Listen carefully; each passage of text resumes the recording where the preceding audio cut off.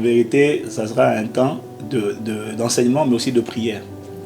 Alors, de quoi il s'agit? En fait, ce qu'il y a dans mon cœur, c'est de voir le peuple de Dieu prendre conscience du fait qu'il a un héritage. L'héritage parle de ce que Dieu nous a donné. Et la plupart des gens ont un héritage. On peut avoir un héritage et vivre comme un déshérité. Ok? Donc il faut déjà prendre conscience de ce qu'on a un héritage. Pour nous qui avons donné notre vie à Jésus, on a un héritage. Et celui qui n'en a pas, un héritage spirituel et qui a été acquis dans l'invisible et qui doit être manifesté dans le visible. L'héritage de la vie éternelle, l'héritage de la faveur divine, de la santé divine. C'est le package de la rédemption. À la rédemption, à la croix, Jésus nous a donné un héritage. Maintenant, ce n'est pas tout de le savoir. Encore faut-il en être conscient et puis le vivre. Vous voyez, il a dit, je suis venu pour que mes brebis aient la vie et pour qu'elle ait en abondance. Donc le Seigneur est venu nous donner une vie, pas une religion.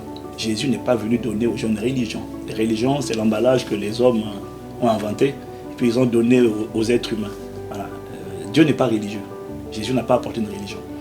La Bible dit que Dieu a tant aimé le monde qu'il a donné son Fils afin que quiconque en lui ne périsse point, mais qu'il ait la vie éternelle. L'héritage dont on parle, c'est une vie, c'est la vie de Dieu. La vie de Dieu n'est pas censée être une vie après la mort. C'est une qualité de vie qui commence maintenant, qui commence dans l'esprit, qui doit se répandre dans l'âme et impacter notre corps et tout notre environnement. C'est la vie divine, c'est la vie surnaturelle. C'est cette vie que Jésus est venu nous donner. Vous voyez? Et quand on propose l'évangile de cette manière-là, il y a beaucoup de gens qui ont envie de changer de vie. Parce qu'ils en ont marre d'une vie d'oppression, de compression, de dépression, d'écrasement, de misérabilisme. Et donc, le thème a pour objectif de faire prendre conscience aux gens qu'il y a une autre vie qui est possible dès maintenant sur la terre et qui se perpétue dans l'éternité. C'est cette vie que Jésus, elle comprend plusieurs ingrédients. Elle commence à l'intérieur, elle commence dans le cœur. Et puis elle se reflète à l'extérieur. Et je disais donc, la plupart des gens n'en sont pas conscients. Et puis après, ils ne savent pas comment on fait pour la manifester. Et cette vie, en fait, manifester cette vie, ça fait partie de notre destin. On n'est pas venu sur la terre pour accompagner les autres. Chacun d'entre nous est venu sur la terre porteur d'une mission. Parce qu'il y a deux choses qu'on ne choisit pas dans la vie. La première, c'est sa famille. La deuxième, c'est le but pour lequel on vient. Le but, il est imposé. Okay? Un oiseau ne peut pas dire, moi, je décide de marcher. Non, il a été créé pour voler. L'autre personne ne peut pas dire, je décide de courir. Non, le but est imposé par le Créateur. S'il y a une créature, c'est qu'il y a un Créateur. Et donc, l'objectif du séminaire, c'est de mener les gens à prendre conscience, à découvrir qu'il y a un héritage. Et cet héritage, pour s'en emparer, il y a des combats, il y a des forteresses, il y a des raisonnements, il y a des systèmes de pensée. Les pires ennemis de l'être humain, ce sont les forteresses. Ce sont des systèmes de pensée qui ont été construits en chacun d'entre nous depuis notre enfance et qui nous empêchent en fait de nous déployer pour aller manifester ce que Dieu nous appelait à manifester, la vie que Dieu nous appelait à manifester. Le destin, voilà, quand on parle du but, on parle du destin. Donc en fait, enfante ta destinée, ça signifie simplement accomplir le but pour lequel tu as été créé. Refuse d'être une photocopie des autres. Arrête de toujours vouloir ressembler aux autres. Tu es un chef-d'œuvre unique, ton empreinte prouve que tu es unique, et si tu es unique, c'est parce que tu as une contribution unique que tu es censé apporter sur la terre. De quoi s'agit-il? Comment je fais pour le découvrir et pour le manifester? Et c'est quand quelqu'un veut manifester son destin, c'est-à-dire laisser sa lumière briller, qu'il est combattu de tous les côtés. La plupart des gens ne savent pas s'en sortir, ils ne savent pas. Donc il y a une partie enseignement, et puis il y a une partie prière, parce que pour ça, il faut exposer, il faut déloger les forteresses, il faut déloger les...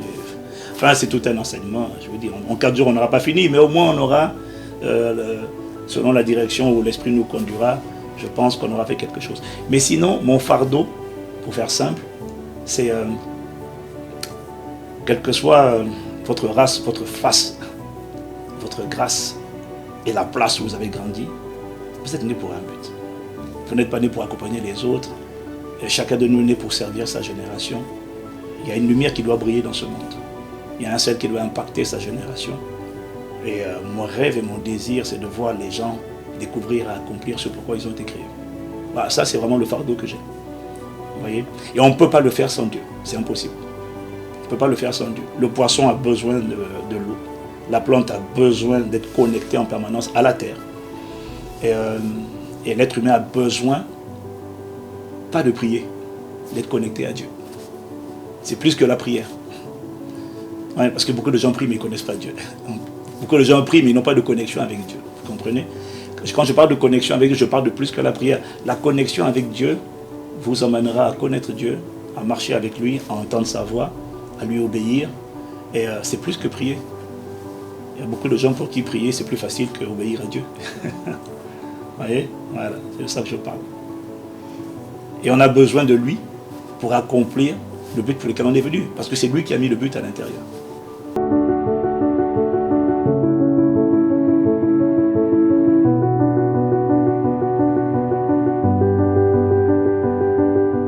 Vous savez, j'ai rencontré, je dirais, au moins 2 types de personnes. Et donc j'ai rencontré des gens qui sont en prison et qui ne savent pas qu'ils sont en prison. Prisonniers de la colère, prisonniers de l'alcoolisme, prisonniers des pensées impudiques, des voix que parfois ils n'ont pas envie d'avoir. J'ai rencontré, j'ai écouté le témoignage d'une jeune fille de 6 ans qui, depuis l'âge de 6 ans, était prisonnière de l'impureté, de la bestialité. Elle couchait avec des bêtes à 6 ans. Masturbation, c'est de la prison ça. Les gens sont prisonniers du manque de pardon, prisonniers du rejet. Et Jésus est venu pour libérer les prisonniers. Donc ce que je dirais à quelqu'un, c'est qu'en fait, j'ai rencontré 2 types de prisonniers.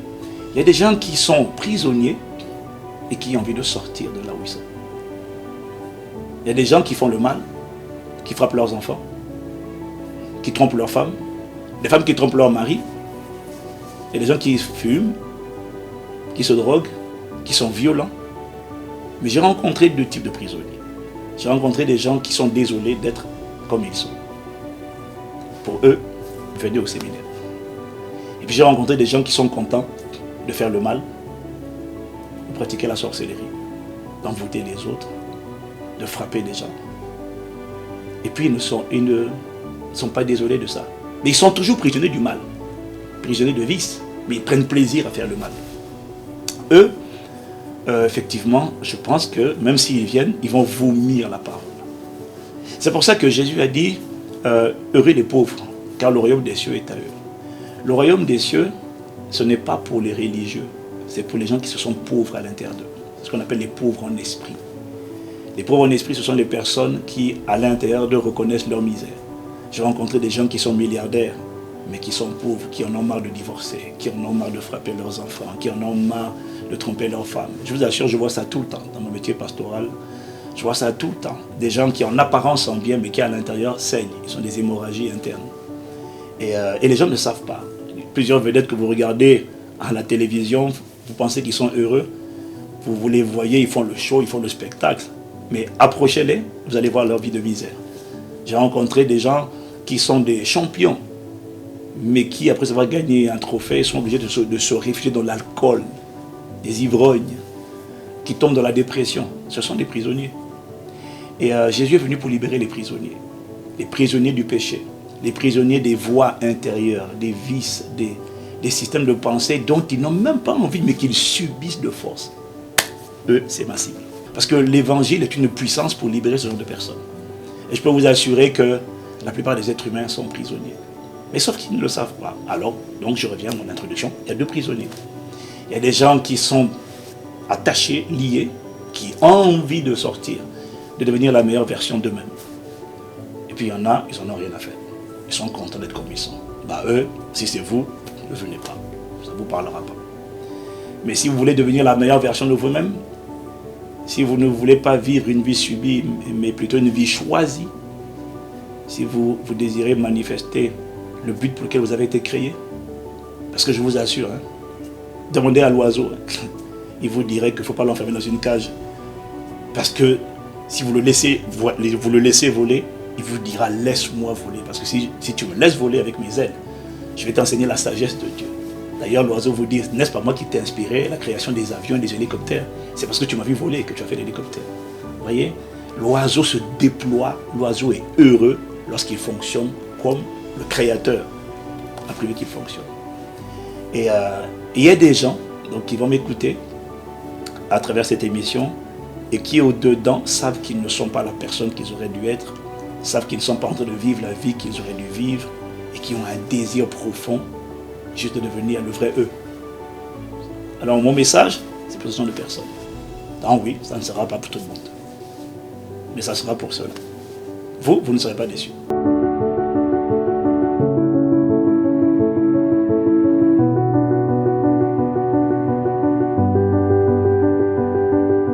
Je peux vraiment vous dire que, en toute humilité, Dieu s'est souvenu de la francophonie.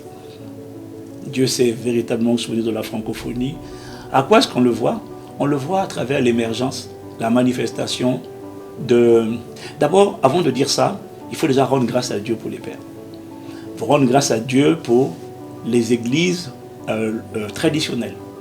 Moi, je rends grâce à Dieu toujours pour les pères du protestantisme dans chaque pays. Parce que si ça n'avait pas été là, on ne serait pas là, nous on ne serait pas là. Vous savez, un des secrets de la croissance d'un pacte chrétien, c'est le respect des aînés.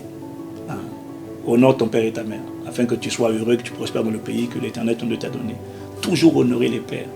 Parfois, ils n'ont pas le même jus, ils n'ont pas la même force, ils n'ont pas la même vigueur, ils n'ont pas forcément eu les mêmes révélations, ils n'ont pas eu accès aux mêmes opportunités, aux mêmes grâces, mais ne jamais mépriser les pères. Alors déjà, avant de dire ce que Dieu est en train de faire dans la francophonie, il faut bénir Dieu. Moi, mon père spirituel, c'est pasteur Papa Karambéry. Vous comprenez? Et c'est important d'honorer. Ce matin, j'ai pris plaisir à honorer un des pères de la nation ici, le président des Assemblées de Dieu, parce que c'est important pour moi. C'est important. C'est important pour la nouvelle génération de montrer le respect, la soumission, l'humilité, quelle que soit la manière dont Dieu nous utilise. C'est très important parce que quand je vois ce que Dieu fait à travers nous en France, la capitale de la francophonie, je n'ai pas la folie de penser que c'est parce qu'on est brillant que Dieu est en train de faire. Parce que c'est vrai, franchement, que quand je dis Dieu s'est souvenu de la francophonie, je vous assure, Dieu s'est souvenu de la francophonie et je dirais, je vais oser dire, Dieu s'est souvenu de l'Afrique francophone. Parce qu'aujourd'hui, on assiste à une évangélisation retour. Aujourd'hui, ce sont les églises d'expression africaine, afro-antillaises qui sont en train de créer une vraie dynamique en France et qui sont en train de manifester des œuvres que nos pères, nos prédécesseurs, nos pères spirituels, nos pasteurs africains n'avaient jamais vues. Ils ont été méprisés pendant longtemps. Aujourd'hui, franchement, quand on voit ce que Dieu a fait en France, quand on voit ce que Dieu fait dans la francophonie, à travers plusieurs ministères, il n'y a pas que nous, on est nombreux. Aujourd'hui, c'est fini. On ne peut plus mépriser les pasteurs d'origine africaine. C'est fini. C'est fini. Bon, après, je ne me revendique pas comme étant africain. Je me revendique comme étant esprit créé à l'image de Dieu. Et mon corps n'est qu'une enveloppe. Mais il n'empêche que Dieu s'est souvenu de la francophonie parce que Dieu est en train de faire sortir de la francophonie des ministères, des œuvres qui inspirent le respect, qui brillent dans le monde, pas seulement par la qualité et la taille des églises et des finances des églises, mais par la contribution de ces églises-là sur le plan social, sur le plan économique, sur le plan de la formation, de l'éducation des jeunes, de l'insertion, de l'utilité. La lumière doit briller dans le monde, pas dans l'église. Dans le monde. Et je vois émerger aujourd'hui, comparé à 15 ans, une génération de gens qui ont les pieds sur terre et la tête au ciel. Voilà. C'est-à-dire qu'ils sont connectés à Dieu, mais ils ont compris qu'ils ne sont pas là pour être juste des religieux qui chauffent les sièges le dimanche et qui passent leur temps à danser le dimanche. Non, on danse le dimanche pour Dieu, mais le dimanche, on doit influencer notre société. On doit servir notre génération, on doit servir notre pays. On doit contribuer à la transformation de notre pays. Avant que Jésus ne vienne, il faut que le Togo soit complètement transformé. Et les dirigeants politiques, en vérité, de tous les pays, aujourd'hui, cherchent des gens fidèles.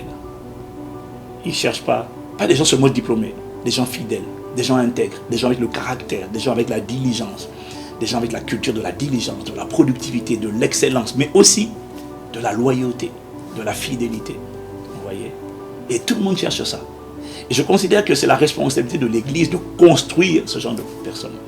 Because church is about building people. Jésus a dit, je bâtirai mon Église. Donc, la responsabilité de l'Église, c'est de construire des gens. Et c'est ce que Dieu est en train de faire aujourd'hui, dans la francophonie. Moi, je voyage beaucoup. Je peux vous dire que dans tous les pays, je vois une génération de gens émerger qui hier étaient méprisés parce qu'ils se contentaient de faire du bruit, de danser. Ok, le dimanche, pour se consoler de leur échec dans la vie. Aujourd'hui, je vois une génération de gens qui avaient jeté l'éponge, qui ont repris l'éponge, qui avaient abandonné les études, qui reprennent les études, qui n'avaient pas d'ambition, qui veulent aujourd'hui devenir des créateurs d'emplois, des visionnaires, des sources de bénédiction pour leur génération, pour leur communauté. Et c'est ce qu'on voit dans la francophonie. Donc franchement, très honnêtement aujourd'hui, les anglophones nous ont beaucoup inspirés, mais on n'a pas à envier le monde anglophone. Parce que Dieu s'est souvenu de nous. Et les derniers seront les premiers. Et c'est ce qui est en train de se passer aujourd'hui. Et je vous assure que vous allez entendre parler dans les prochains mois, ce qu'on va voir là-bas en France, ce qui avait été décrit comme impossible, on va le voir en France. Et on va le voir à travers l'Église.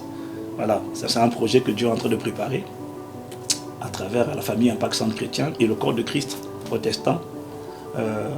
Donc voilà, je ne vais pas en dire plus là-dessus, mais vraiment, Dieu s'est souvenu de nous et Dieu a eu compassion de nous. Mais quoi qu'on fasse aujourd'hui, nous devons être humbles parce que je crois que nous sommes la manifestation, l'exaucement, les réponses aux prières de pères, de mères, d'anciens qui nous ont précédés, qui n'ont pas vu la manifestation du type d'église qui est en train d'émerger aujourd'hui. Mais ils ont pleuré, ils ont prié, ils ont intercédé. Et nous sommes la réponse.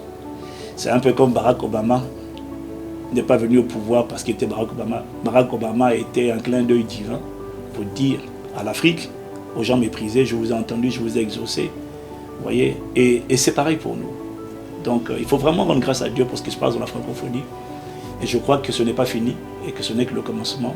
Et qu'il y a une génération de gens qui est en train d'émerger dans toutes les sphères d'influence pour être utile et pour briller. Voilà.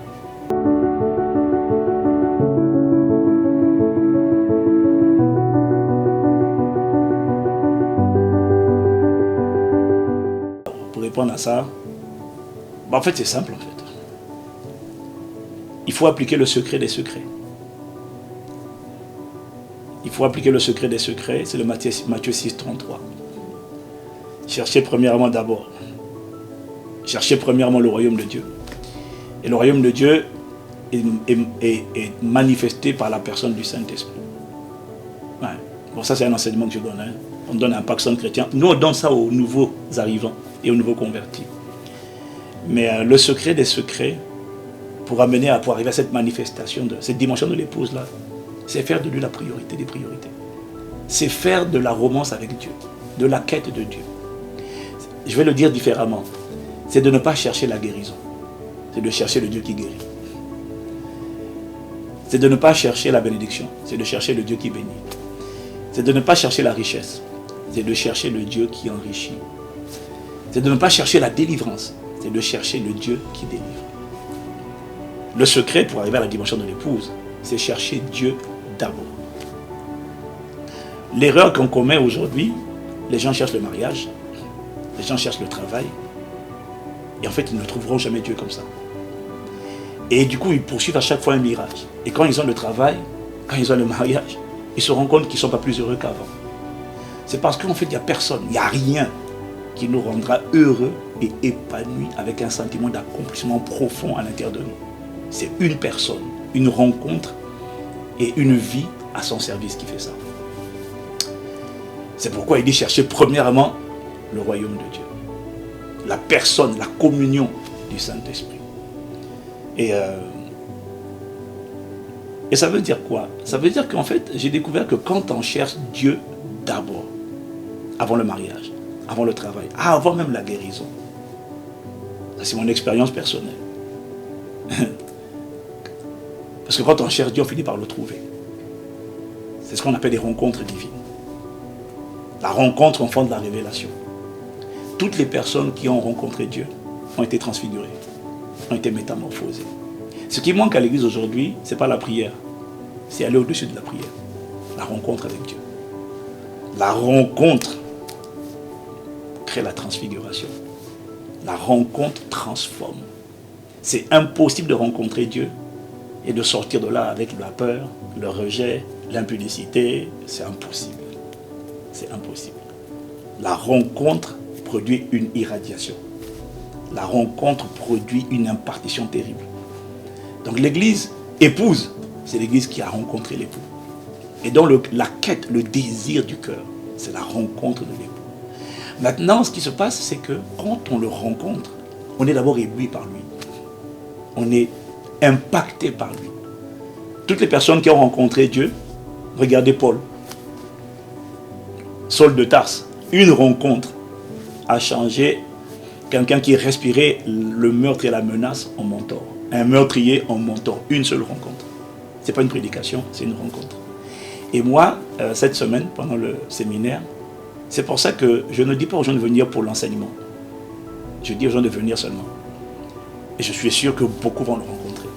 J'ai vu des personnes juste dans un temps de prière où la présence était tellement forte. J'ai vu des gens pleurer parce qu'ils avaient rencontré cœur à cœur. Voilà. Et quand on a rencontré, comme Paul, comme Moïse, toutes les personnes qui ont rencontré Dieu n'ont plus jamais été les mêmes personnes. On peut prier sans le rencontrer. Moi, mon mandat, c'est d'amener les gens par la prière. Je vais prier, mais je vais faire plus que prier. Je vais prendre les gens, je vais vous amener à rencontrer Dieu, comme je l'ai rencontré. Et je vous promets une chose, vous n'allez pas sortir de là la même personne. Les rencontres, c'est plus que la puissance. Il y a les guérisons, il y a les miracles, c'est vrai. Mais les guérisons et les miracles font acclamer les gens. Les rencontres les font pleurer. Parce qu'il y a une révélation, il y a une intensité de sa présence où tout le monde a juste envie de se prosterner. Ça, c'est la rencontre. Et on a juste envie de le connaître lui. Donc ça, c'est mon mandat. C'est pour ça que je vis. Pour amener les gens à le connaître, à le rencontrer, à le vivre, à l'expérimenter, à le révéler, à le glorifier. Wow. This is my prayer for you. Amen. Voilà.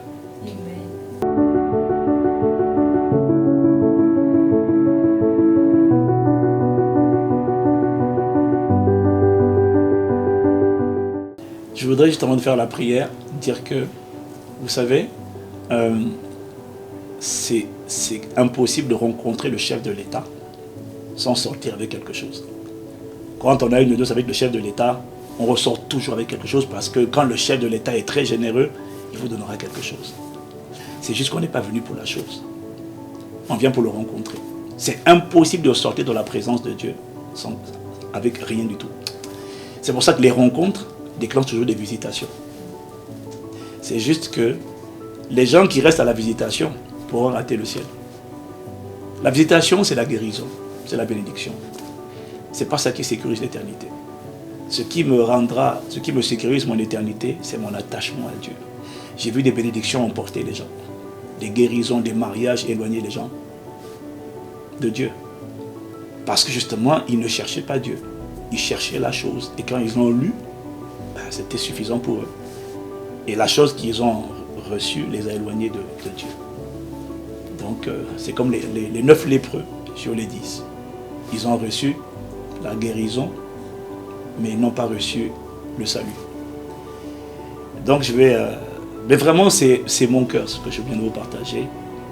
C'est bâtir une génération de gens, oui, qui brillent dans le monde, qui est dans la vie utile. Mais en fait, le secret des secrets, le noyau, le nœud, le ciment, c'est la rencontre avec lui, avec l'époux, avec Christ par son esprit. Et c'est ça qui transforme la vie de quelqu'un. Et ma prière, c'est que tous les pasteurs puissent connaître cette dimension de la romance avec lui. Vous voyez? Parce que pour moi, s'il n'y a pas ça, tout le reste, c'est vanité. S'il y a l'argent, s'il n'y a pas Dieu, j'en veux pas. Honnêtement. C'est le battement de mon cœur. C'est le soupir de mon cœur. Et donc, je prie vraiment que ce soit l'expérience de quelqu'un qui est connecté au son de ma voix. Alors, je vais prier pour vous. Père, dans le nom de Jésus, nous voulons te dire merci pour ce moment, merci pour cet entretien. Et merci pour ces personnes qui sont connectées au son de la voix de ton serviteur et qui ont besoin de toi. La plupart ont besoin, certains en sont conscients, d'autres ne le savent pas. Mais ce sont des prisonniers parce que chacun de nous est esclave de ce qui a triomphé de lui. Et tu as dit que nul ne peut servir 2 maîtres en même temps. Il n'y a pas 3 maîtres, il n'y en a que 2. Il y a quelqu'un qui est connecté au son de ma voix, qui est prisonnier de vices, de passions charnelles, prisonnier, Seigneur, de tempérament, prisonnier de conditions de vie, dont il n'a pas envie, parce que l'homme n'a pas été créé pour être prisonnier des ténèbres. Alors je prie pour cette personne, Seigneur, que tu illumines les yeux de son cœur, et que tu la convaincs. Tu convaincs mon frère, tu convaincs ma soeur de ce qu'une autre vie est possible. La vie de la liberté des enfants de Dieu. La vie où on est prisonnier d'un seul, c'est de Jésus-Christ. C'est-à-dire prisonnier de l'amour, prisonnier de la paix, prisonnier de la joie, prisonnier de la foi, prisonnier de la douceur, de la bonté, de la tempérance, prisonnier de l'endurance, prisonnier de la persévérance, prisonnier de l'excellence, prisonnier de la diligence et non de la paresse. Je prie que pendant ce temps de prière, tu touches le cœur de quelqu'un. Tu allumes déjà un feu intérieur, un désir ardent. Un désir ardent de ne pas rester où je suis, mais de devenir la personne que tu m'as appelé à être. Tu m'as créé pour un but et non pour accompagner les autres. Convainc mon frère, ma soeur de cette vérité. Allume le désir de te connaître. Pas d'avoir les choses, mais d'abord de te rencontrer. Le Dieu qui donne les choses. Merci de télécharger ce désir ardent. Et merci d'attirer les pas de chacun et chacune cette semaine au Palais des Congrès. Parce que tu veux rencontrer ton peuple. Tu veux ramener les perdus à toi. Tu veux relever ceux qui sont tombés. Redresser ceux qui étaient courbés. Restaurer ceux qui avaient été brisés par la vie. Attire-les et envoie ta parole. Pendant ces 4 jours, visite ton peuple au carrefour de ses défis, de ses besoins, de ses attentes, de ses cris intérieurs, de ses supplications. Étends ta main. Touche quelqu'un. Et que toutes les excuses, les embûches que l'enfer, les ténèbres vont susciter pour saboter ce moment, pour empêcher quelqu'un de venir par le sang de Jésus, que toutes ces ruses soient détruites, que toutes ces semences de calamité, d'embrouille, de catastrophe soient réduites à néant au nom de Jésus. Je place mon frère, ma soeur, sous le sang de Jésus-Christ. Je te remercie de ce que ce programme est sous le sang de Jésus-Christ. Merci de ce que, alors que tu vas attirer les multitudes à toi, tu vas rencontrer ton peuple et tu vas le visiter. Rencontrer, c'est la révélation. Visiter, c'est l'exaucement. Et tu vas faire les deux. Parce qu'on ne peut pas sortir de la présence du chef d'État bredouille. Et personne ne sortira de cette semaine bredouille. Alors nous te rendons grâce de ce que tu vas confirmer cette parole cette semaine. Et tu feras bien infiniment au-delà de ce que nous te demandons, nous pensant, par ta puissance qui agit en nous. Au nom de Jésus. Amen.